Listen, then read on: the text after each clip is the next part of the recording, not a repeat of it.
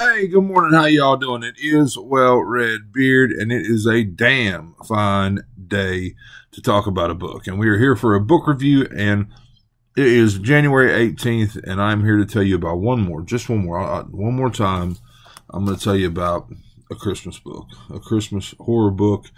This one is called Jingle Hails. Now, for me, I'm going to give this one 4 stars. It's funny. It's graphic, it's violent, and it's Christmas. And I was reading this on Christmas Eve. This was my night before Christmas, and for me, it just hit perfect, And it's weird when you to say, I've got this 4-star serious horror book over here, and I've got this 4-star. Somewhat comedic, yet very graphically violent. There's different levels of 4 stars, but for me, this one was definitely perfect for that night. Perfect for I don't have a lot of experience with Christmas horror. I recently read Seasons Creepings by Ronald Kelly, but I don't have there are some movies that take place at Christmas, or some books that maybe take place at Christmas that are horror, but a book that's really, really themed in Christmas and yet is a horror book. I don't have a lot of examples to compare this to. So, reading this on Christmas Eve, it was pretty damn cool. I'm going to give it 4 stars. So, and again, this is by, I don't think I've even said this yet, this is by Lee Richmond and Mark M.J. Green. And it's, there's a story from each. I think the book itself is 168 pages roughly, and Mark's story, let's see if I can find it. I think the first story is roughly 60, roughly 60, and the second story is roughly 100, and that's it. Both of these take Christmas elements and flip them on their head and make them horror. The first one, which is Lee's story, I believe, let me make sure, is Lee's story. It's right there in front of you. I mean, the Christmas themed horror. The second one kind of just feels like it takes place at Christmas, but then it does kind of the same thing. It's just a lot more veiled as far as the actual element of Christmas being a horror element. It was just fun all the way through, and I'm going to read the synopsis because I haven't seen anyone else talking about this book. And again, I know it's January 18th, but mark your calendars. because it's definitely fun to read around the holidays. So, the first one's called Driving Home for Christmas by Lee Richmond. Gary Holbrook is driving home to his family on Christmas Eve when he witnesses something crash into the woods. Gary, channeling the bravado of his hero, David Hasselhoff, decides to investigate. What Gary discovers is a scene straight out of a Christmas card from hell. Will Gary survive the night? Or will this, as George Michael once sang, be his last Christmas?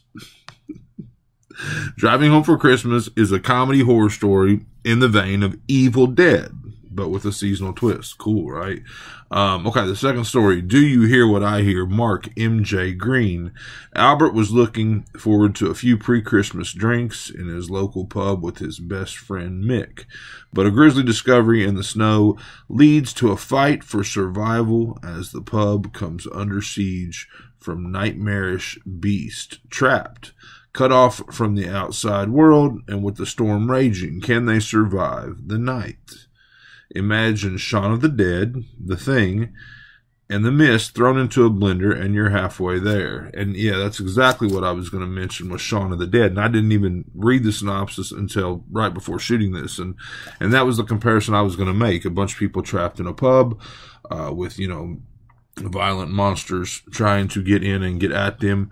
Shaun of the Dead. So, again, it's really, really fun. There's a lot of fun passages here, a lot of violent passages. Again, in the first one, Driving Home for Christmas, we come upon Santa's sleigh crashed out in the woods, and when our main character comes up on the mangled pile of 8 reindeer, it's quite a scene, and this one comes down to like this alternative story about elves. And you ever wonder why the elves make the toys and serve Santa. It's like a slavery thing, you know, and the elves have finally decided to stand up for themselves and rebel, but they're not just, you know, small, cuddly creatures. They're not what we've seen in the Christmas images and the Christmas cards. They are vicious, violent,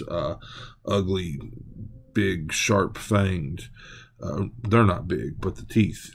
Anyway, so our main character has to try to survive the night. So both of these stories have this element of survival, of trying to make it through the night. And again, in the second one, our guy just he gets let out of work a little bit early on the 23rd and goes to his pub and just wants to have, you know, a few drinks. And there's this a family that comes in there with the kids and a husband and a wife, and